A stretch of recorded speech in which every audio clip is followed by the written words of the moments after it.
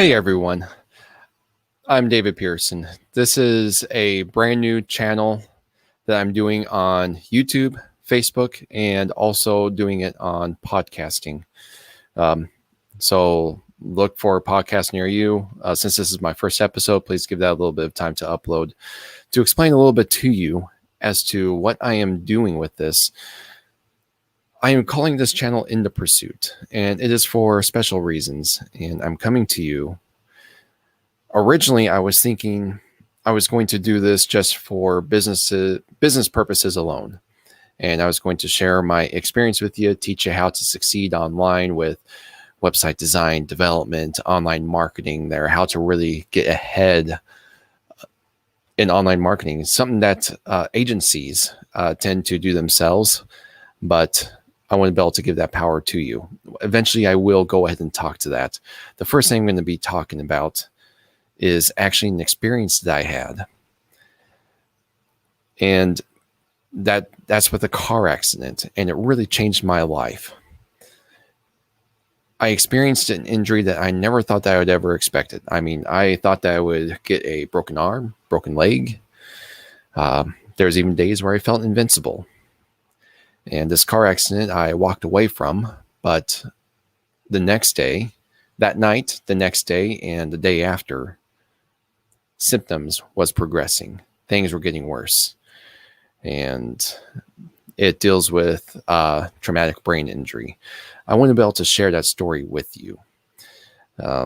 Traumatic brain injury, or TBI, is not something easy to deal with. And some doctors will even call this in the long term post-concussive syndrome. But it really is damage to the brain, scarring, things have happened. Life's changed.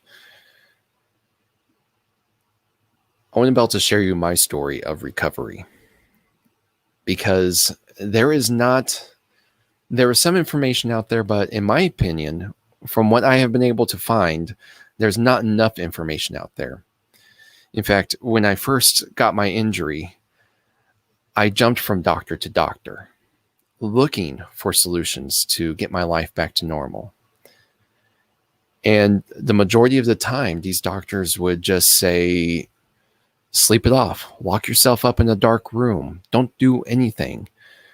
Do that for 3 days. You tell me how many people can do that? But then yet, if the symptoms kept on occurring after the 3 days, I went back to the doctors and they would just tell me, well, give it 3 weeks. Lock yourself up in a dark room. Sleep. Rest as much as you can. Do not look at anything. Do not do anything. You're out of commission. And then everything will be back to normal. What kind of injury is this there that causes you to put your life on hold? And my experiences with these doctors is just the same repetitive answers. It's like, can you heal? Can you recover from this? And the last doctor that I found that actually really cared and went beyond to just saying, close your eyes and rest, he literally said, yeah, you have post-concussive syndrome. Your brain injury can keep you back from doing these things.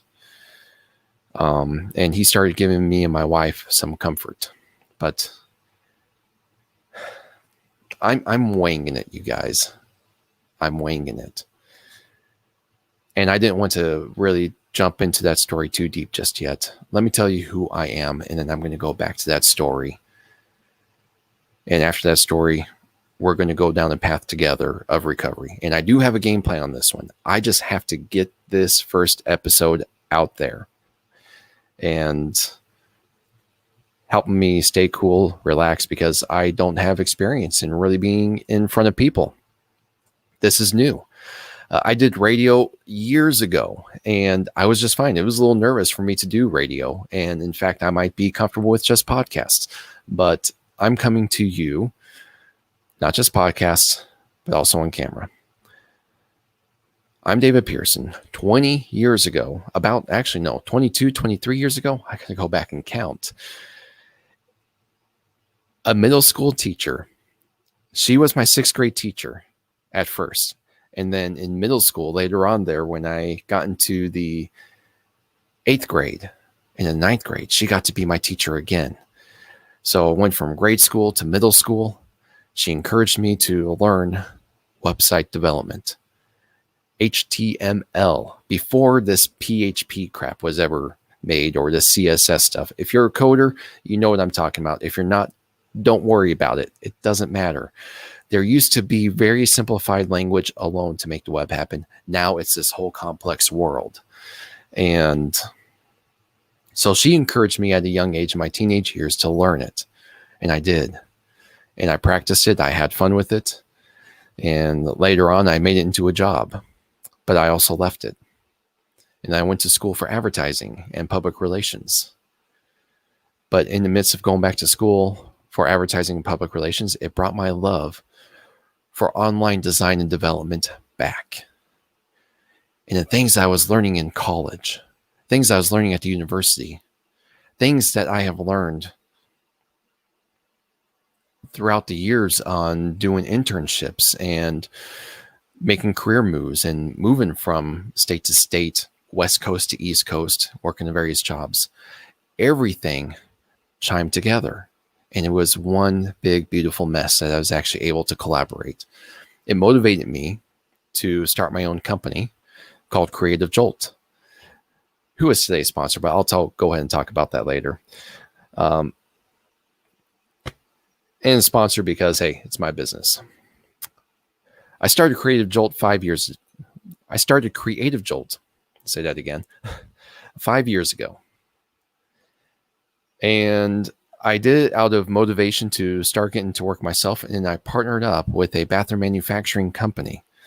From there, we worked together and developed a fabulous online lead generation system. Well, in the midst of my working with them, after a couple of years, I got into that accident. Changed my life. It made work hard. You know the kind of symptoms that someone, maybe you don't know. Maybe you do, maybe you don't know. When I had this injury, I learned that people don't really understand what people with post-concussive syndrome or traumatic brain injury is going through. They don't. And when they see the person on the outside, most of the reactions that I've had is that you look just fine. You're acting just fine. Everything's just fine. Most of the doctors I went to said that you're just fine. I even had a CAT scan when I went to the ER when I started experiencing severe symptoms of a concussion, not knowing what I was experiencing. And they said, your brain is just fine. Lo and behold, I learned later on that CAT scans don't really show anything when it comes to concussions. They can show what a normal brain looks like. The symptoms that I've experienced is the first one, and I didn't even put it into relation to this, but the first doctor I saw on the night of the accident, because I was experiencing some hip pain and some joint pain as a result of it. And I was thinking, it's like, okay, so I'm just going to have some pain in my leg. He did some concussion test on me, and he didn't do much. He just had me touch the fingers, close my eyes, touch my fingers. But I wasn't really doing that. I was missing the mark a lot. And then he had me stand on one leg and check my balance. He did those minor checks, and then he gave me a prescription. And he gave me a prescription that would help me with nausea. And he says, most likely you're going to experience nausea. He didn't tell me what he found, but he said, you're going to experience nausea. Give yourself some rest. In a few days, you're probably going to experience a lot of pain. That's all he told me. I went out there happy as a lark, like, perfect. Walked on out. I went over to CVS Pharmacy, and I was walking in the door. I didn't realize that something was off. I started falling over, swaying left and right. And at one time, I put my hand up on the shelf. I was with my father-in-law to help me regain my balance. blown away. I'm like, okay, I'm a little off. I just need some rest and I'll probably be fine. When the pharmacist came out with the drug, I had to sign the electronic card. I'm like, great, I'll do that. Put my signature on it. And usually I can sign it just fine. My name, bada bing, bada boom, done. But this time I put my pen to it and I went to go sign my name and I was just drawing a circle and I couldn't stop it. Like, what the heck is going on? I shook my hand and I went back to go sign it and it was a circle again. And I was flexing my muscles in my arm. What is wrong with me? So I put it down and I just said, that's the best you're going to get out of me right now. I can't sign it, really. I was in an auto accident just now. And so the lady gave me the prescription medication and I went home. My son was sleeping on the couch when I got home and I decided to stay downstairs a little bit to keep an eye on him. He was still very young and I wanted to make sure he was going to be all right. So I told myself I was going to fall asleep on the chair. I couldn't sleep that night. It was difficult. It was hard. I couldn't understand why. And after hours of trying to sleep, I popped open my computer. I'm like, okay, I am going to distract myself. I opened up a game. And with that, I tried to play. Well, it doesn't matter what game I was playing. I tried to play a game and I couldn't play a game. And I played this game before. It wasn't too often I would play it, but when I would do, I usually can sit there for a good hour or two. I couldn't touch it. After 5 minutes, I had to close the monitor. I wasn't in pain. It's just that something was off. I did not feel comfortable doing that. So I couldn't be distracted. I couldn't feel comfortable. Next day, after I was actually able to fall asleep, I only got a good couple of hours of sleep. I didn't really sleep the whole night. I got up and my wife, she looks at me, but I'm just walking around like normal. I thought I was talking like normal. And my sister-in-law came over to visit. And when she came over to visit, I kept on hearing a baby cry. And I thought it was my other son. And I looked at my wife and I said, is Nick crying? She said, no, he's asleep. Like, okay. I'm sitting there for a little bit and then I'm hearing another baby cry. Same cry. It's like, Lindsay, are you sure Nick is all right? She said, yeah, he's asleep. What's going on? Like, are you hearing a baby cry? She said, no. My sister-in-law started to laugh at me. She says, ha, David, you have mommy brain. So, like, mommy brain? Holy cow. My wife has always described to me mommy brain, where you start losing your mind, start either hearing random stuff. You get a little delusional with that. I was getting a little delusional at the time. I also noticed that it was very hard for me to talk.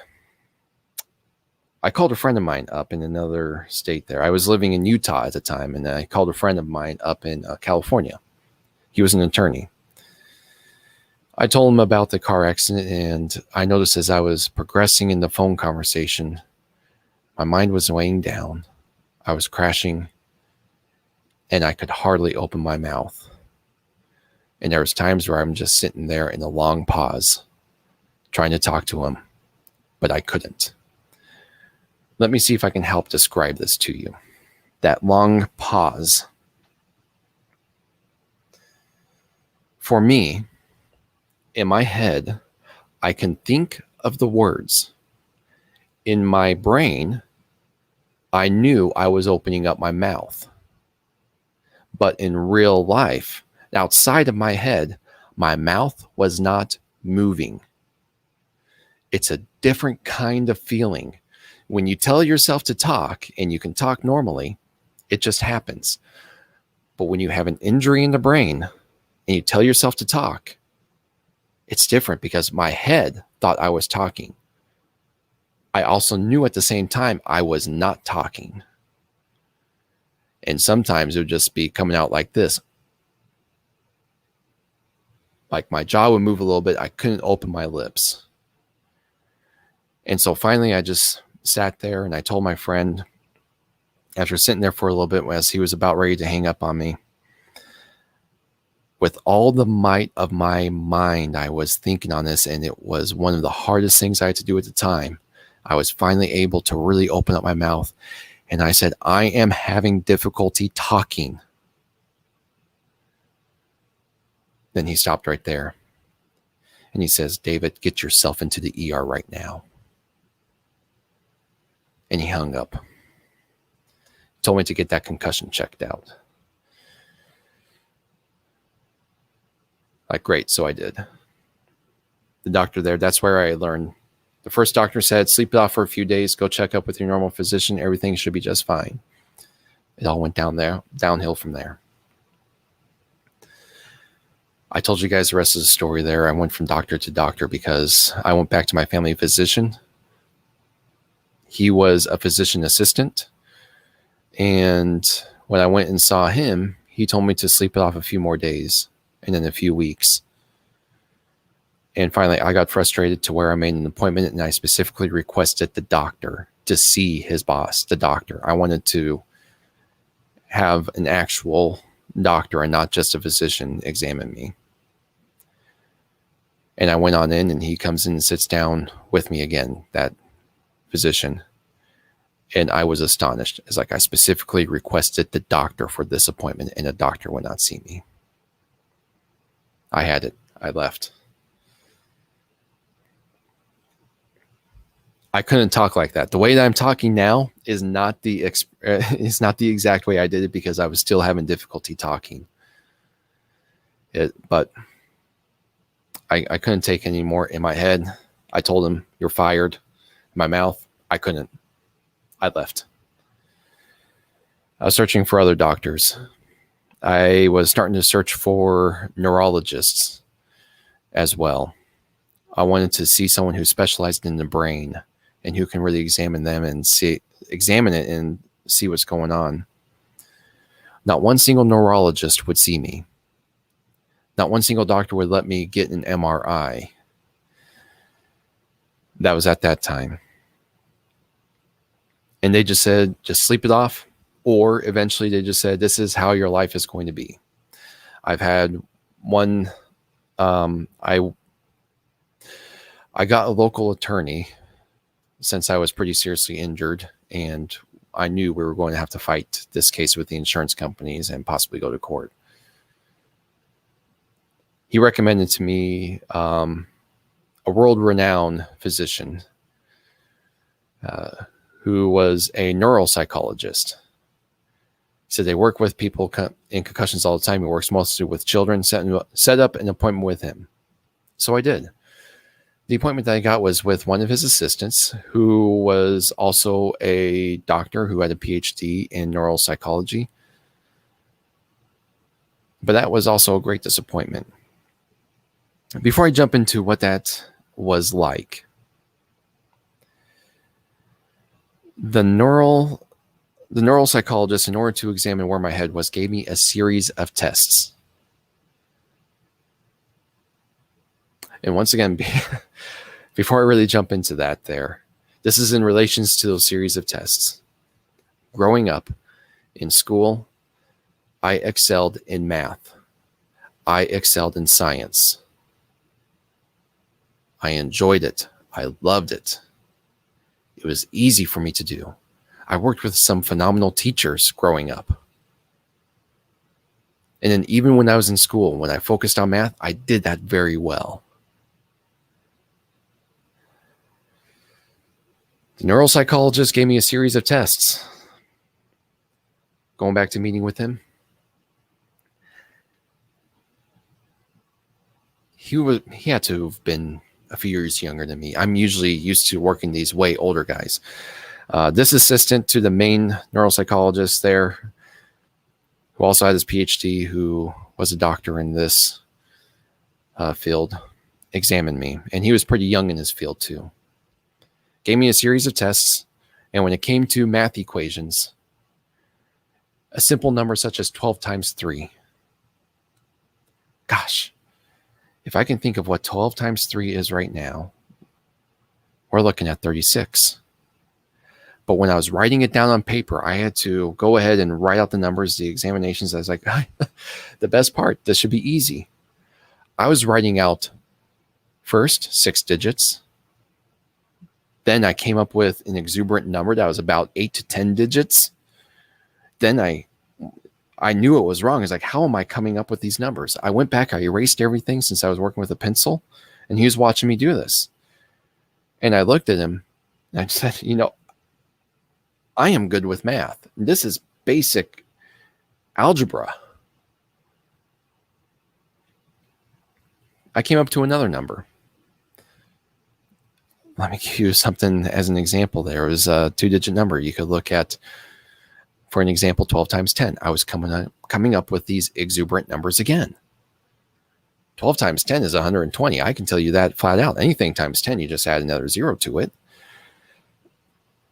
But my mind was not working right. I could not do math worth crap. And that was a real awakening for me. Something was off. After he examined me and gave me a series of tests, my wife and I went back and met with him a few weeks later. And he said, you are experiencing childhood trauma. My wife and I sit there with our mouths dropped. He says, you are magnifying experiences that you've had since you were a kid. It's like, what do you mean since I was a kid? He's like, things that you've experienced in school, things that you experienced with education growing on up there, it's all being magnified. And he was trying to play off of records or stories that I've told him about growing up, but he never looked at my records. He did not know my educational history. He just went off with what I told him. And he told me, you have trauma. Go home. Go back to a normal life. My wife and I left that appointment. We were upset. From that time forward, I had to bring my wife. I made it a commitment, and I talked to her because I was having difficulty communicating with people. You are my witness. You know I am normal. You know how, well, not normal now. You know that I was normal before, and I can't. You have to be there with me. And I told her that the best that I could. She did. She came with me to every appointment after that because that neuropsychologist did not hit the nail on the head.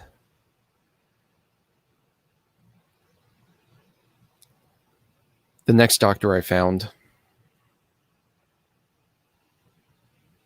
he worked at a hospital.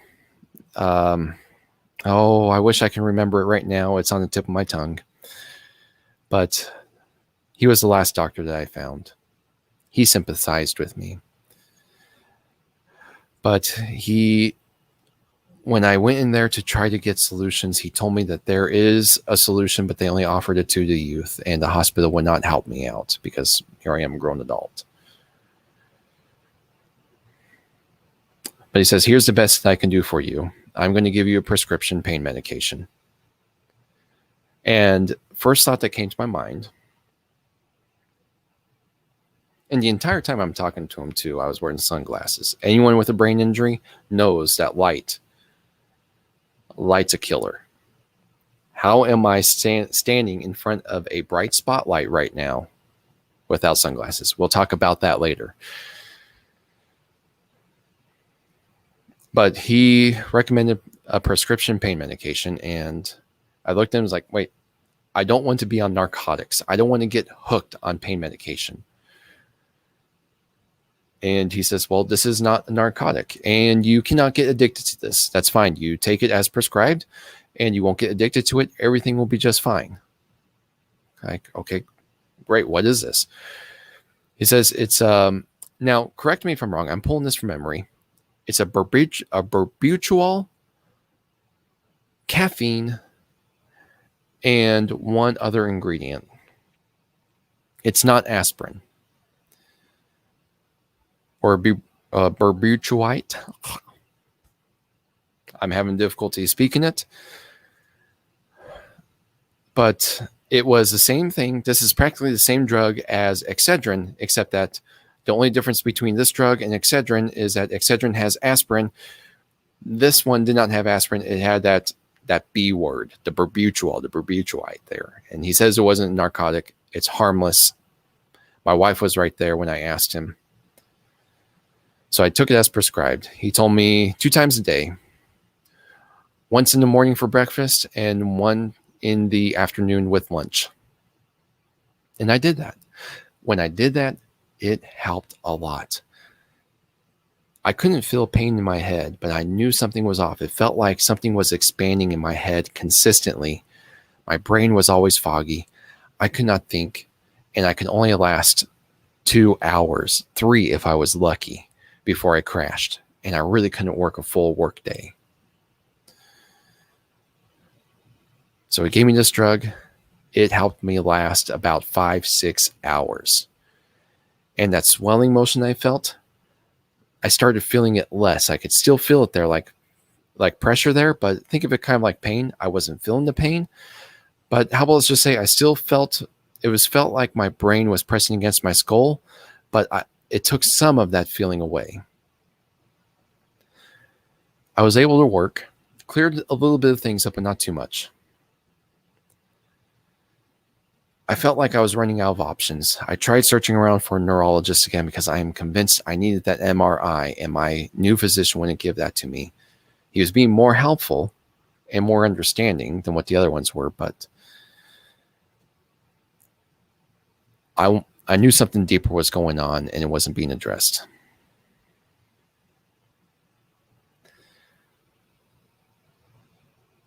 And so I'm retracing my thoughts right now. Things just went out. But I started to consider an alternative that was very hot topic across the country at the time. Some states were legalizing it and some states were not.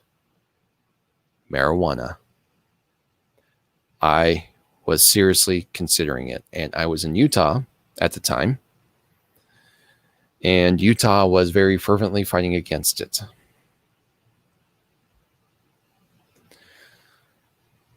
And they're fighting against CBD. But I didn't know much about marijuana, nor did I know anything about CBD or where that derived from. I was at the health food store,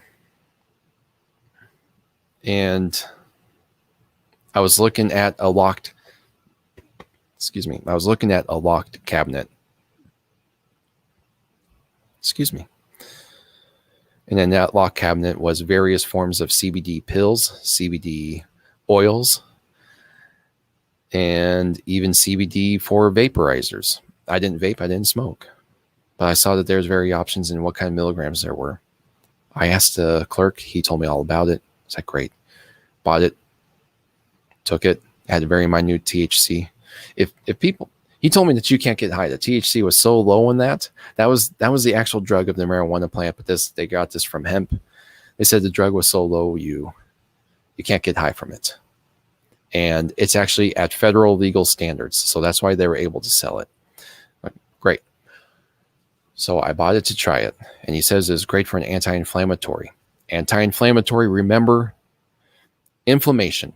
Okay, there we go. Inflammation is the key word. Remember that word. We're going to talk about it a little bit here, a lot about it in the next episode.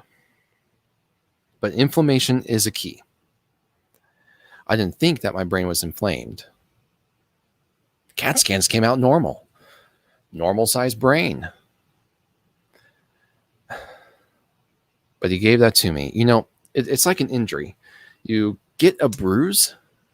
What happens when you get a bruise? It inflames. You break a bone. What happens to your arm if you break your arm? It inflames. It puffs up. It gets bigger, right? If you injure your brain, is your head going to puff up? Are you going to swell? Not necessarily. But inflammation was happening in my head, and that was the first realization on putting puzzle pieces together. While I was going through the recovery of this, or trying to find that recovery to get back to normal,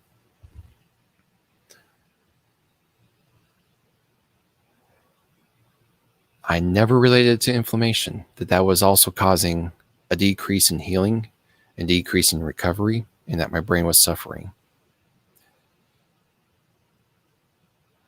I took CBD for the first time. And my goodness, they tell you can't get high off of that.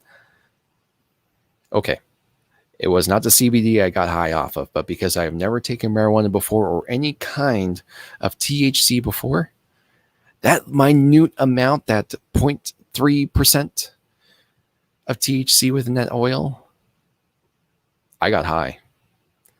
And let me tell you, the pain medication helped take away some of the feeling. The pain medication with this CBD oil took the feeling of inflammation away completely. I was dancing. I was happy. I was joking. I was talking. Relief, my first real sign of full relief, came from CBD. It was awesome. My wife just looked at me and was like, "Oh my goodness, you are high." Maybe I had a freak jar that had more THC in it. Jar or bottle. That little bottle was a blessing. And you know what that told me? Because my last physician told me you'll probably deal with this for 2, 3, 5 years, maybe even 20 years. Maybe the rest of your life. We got nothing else for you. My goodness, CBD helped. It helped. But that helped for a period of time. It was not the solution. I noticed something after I was taking CBD, and I took it regularly every day. I tried different dosages. It would give me relief in the beginning, but after 2-3 hours, I also had a very heavy crash, one that was heavier than just my normal injury. I would shut down.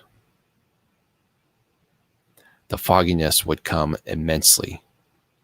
I took a little bit more CBD, which gave it a little bit more relief. But after days and weeks on this, I was still very much handicapped.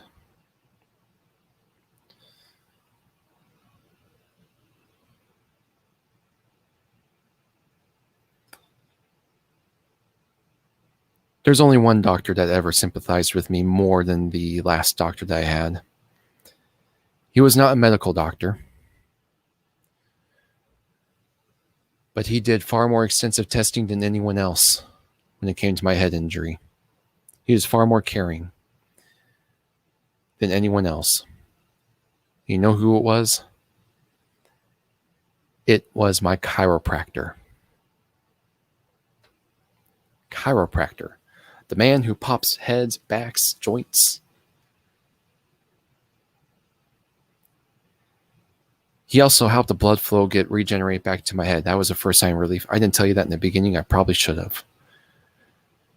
Even my first physicians were telling me, do not see a chiropractor. They will make things worse. They will make things bad. Even my family physician had even offered, after going there time after time after time repeatedly, he said, "What do you want me to do? You want therapy? I'll put you in therapy." You know what the therapy was? It was going to be, it's therapy where they put you into physical therapy, where they just have you walk, where they have you move your arms, maybe lift weights, Nothing that really addressed this. Well, when I blew him out and I fired him, I went to my local chiropractor. He popped me, got adjusted, and I could feel the blood rushing back into my head when he adjusted me that first time. He provided the necessary therapy to help realign my back and my neck, because I did suffer from whiplash from that. And my goodness, I even questioned, could I have recovered from this head injury if I saw him immediately after that accident? Because I really felt the blood rushing up.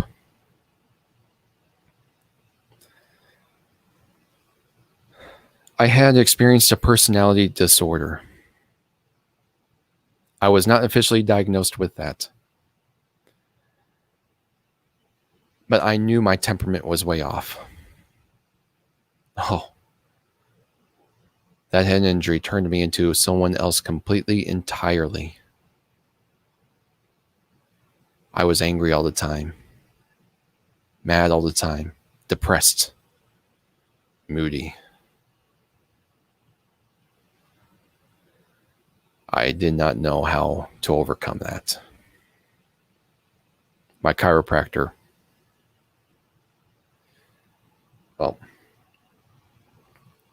before that car accident, my wife and I had spent a few months starting to prepare to move. We were preparing to move to Nebraska. And it was originally Texas, actually. And then it became Nebraska before we made that move. We were getting closer to the move date. I saw my chiropractor one of the last few times. Not the last time, but one of the last few. And he said, I have this patient who also had a car accident. She had a concussion for a few years. And she came in for once happy because she got angry. She got moody.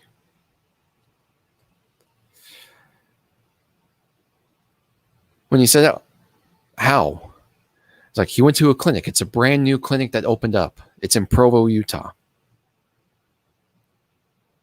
Like, okay, well, how do I get in there? Well, I need to get in there. It's like, I want you in there. He told me that. I want you in there. Because of what he saw with one of his patients and the results that came out, she was happier. She could think, she could talk. He said, I'm going to get them on the phone. We're going to make that appointment. Like, okay. I was thinking I'd probably give it a couple days because I was also very discouraged at this time because I was losing hope in treatment for myself. Later on that day, I heard from my chiropractor's assistant.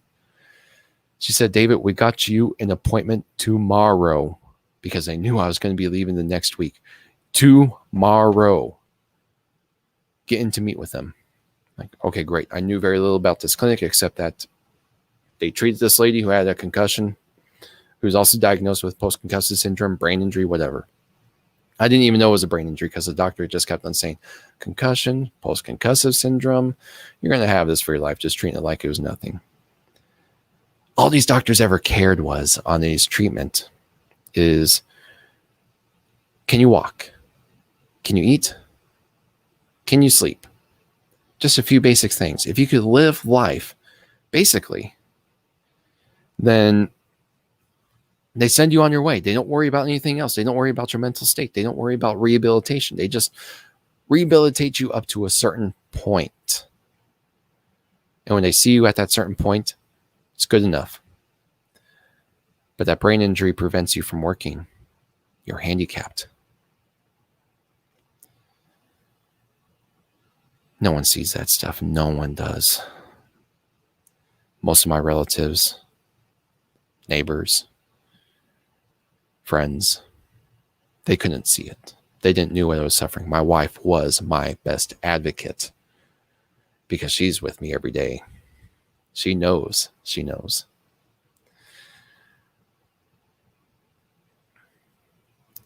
I went to the appointment. We had a medical physician and a neuropsychologist who sat down with me. They were questioning me. That appointment, I decided not to take my pain medication. I decided not to take CBD because I wanted to show them what I was like without the aid of assistance of CBD or the berbutrol, that B word. And I sat down with them. They were talking to me. I was struggling talking to them. They could see my suffering. But they both were smiling and they said, "You are a candidate to come here." Sorry, I didn't expect that. A little emotional with that one there. They popped out charts. They introduced me to a couple of patients as to what they've had. Patients who went from patients to their own employees working there. They told me the background story. I got to go back and look at it. It is one of the pro NFL football players who helped fund this program. They started it in Boston. They started this program in Boston because concussions was not being treated and it was an issue that was not being resolved. And then they took that and they moved it out to Provo. I don't know why they moved it out to Provo, but they did.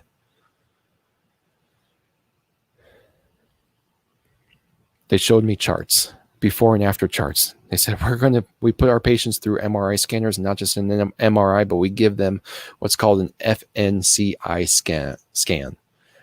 They take an image of the brain, look at the details of the brain as to what's going on there. The FNCI allows them to see blood flow because they noticed in their research that when someone experiences a concussion, a traumatic brain injury, that parts of the brain shut off, that blood flowways actually cut off, and that you're working on part of your brain. Your full brain is not working normally. And I looked at him and was like, well, don't you just use 10% of your brain? It's like, no, you use a lot more than that. That's just people stating that out there. Well, that was a reality check for me because everyone says it. You only use 10% of your brain. You don't need anything else. Like, nope, you actually use quite a bit of it. You use everything in that head. They told me that.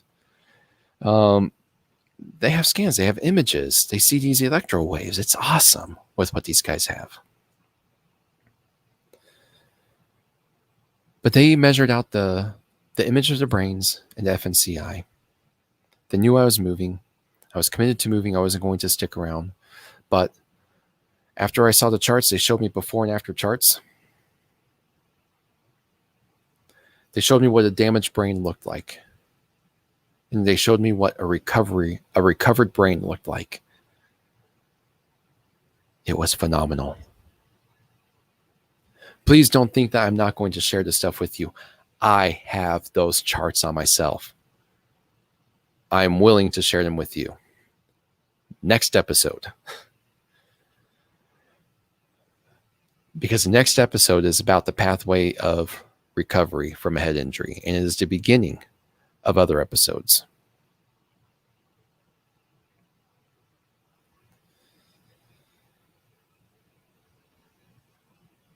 I went back and talked to my attorney and told him what's up. He was disappointed in the first neuropsychologist who examined me, but when I told him about this clinic, he says, I heard of them before, and I've heard of the results that they were getting. They are new. They're not very old. He said they're probably a year and a half. So he said, yeah, I'll get you the money. You get there, you get your treatment. I'll fly you back out here. You get your recovery done. We moved out to Nebraska. A few months later, I'm back in Utah with this clinic, getting recovery. I came out happy. I came out talking. I came out without the aid of any kind of medication. Speaking of that,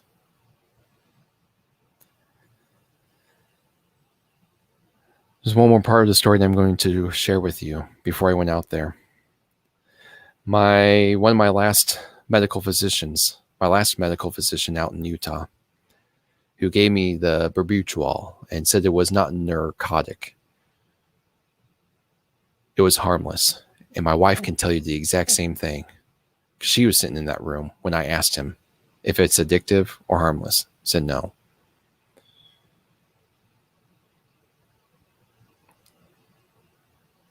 He lied.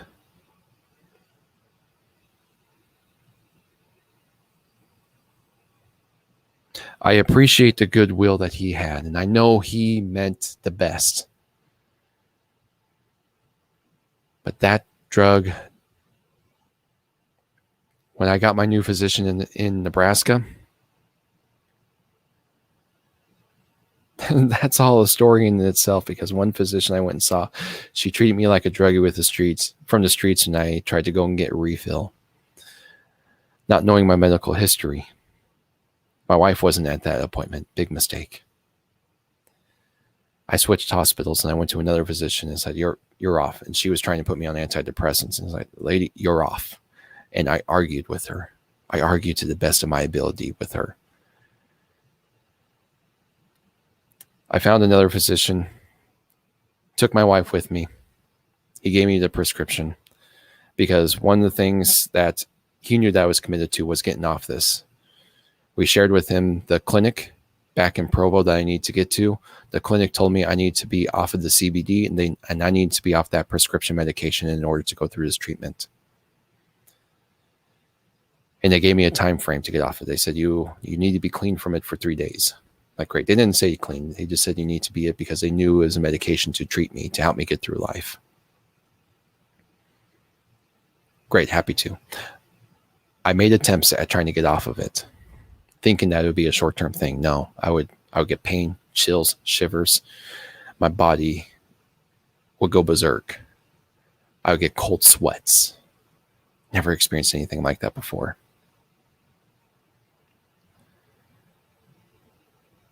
I went and looked it up, dived into details. I looked up addiction to berbutrol and the side effects.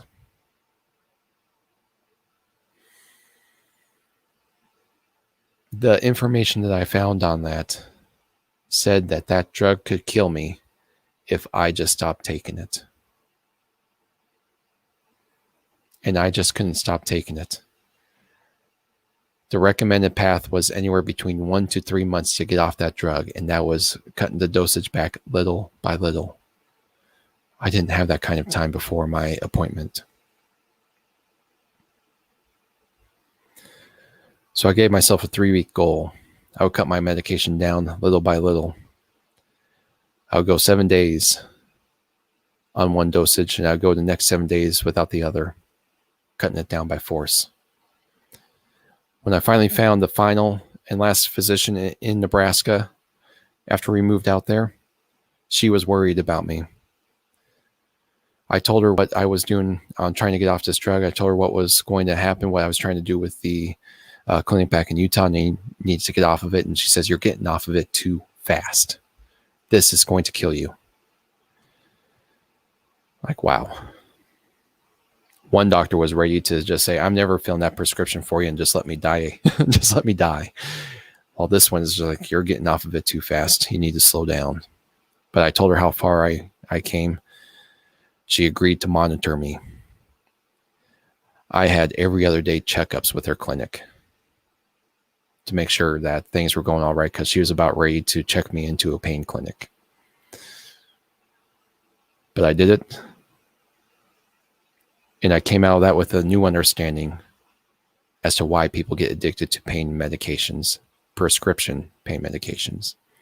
That is another story for another episode.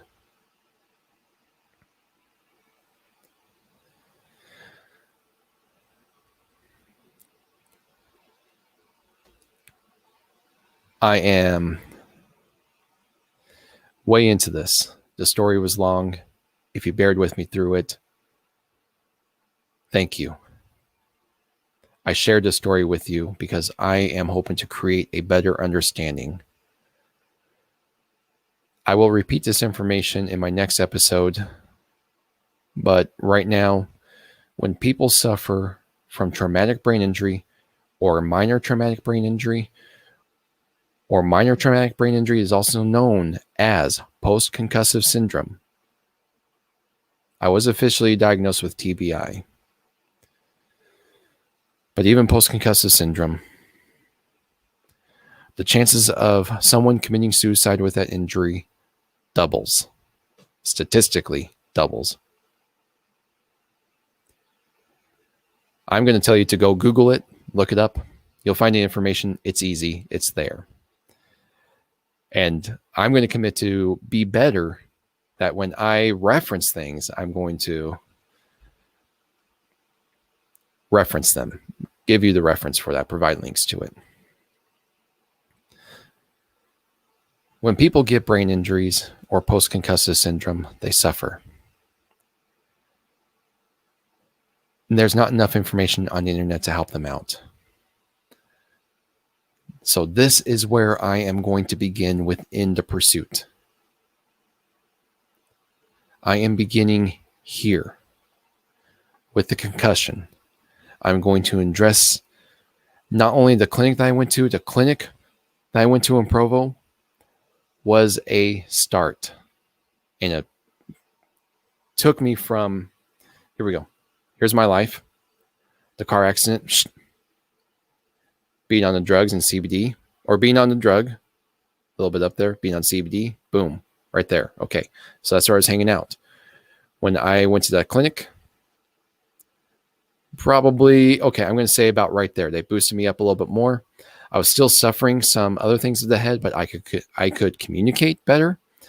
I could walk better. I could talk better. Well, communicate and talk, yeah.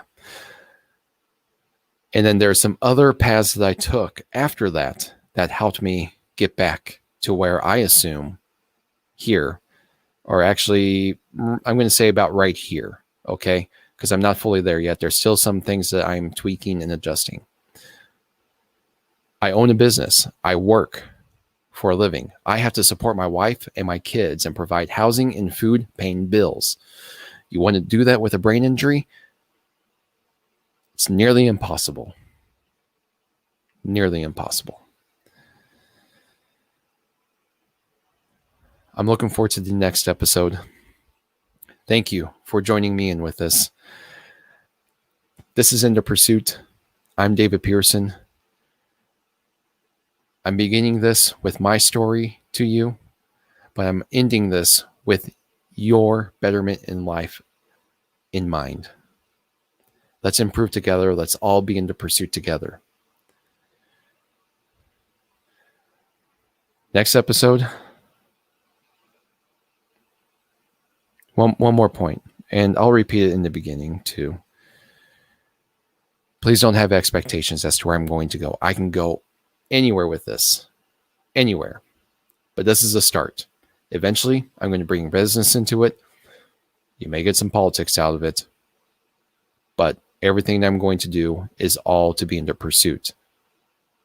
In the pursuit of better. I'm David Pehrson. Thank you for joining me. Until the next episode, tomorrow, next week, you'll learn soon enough.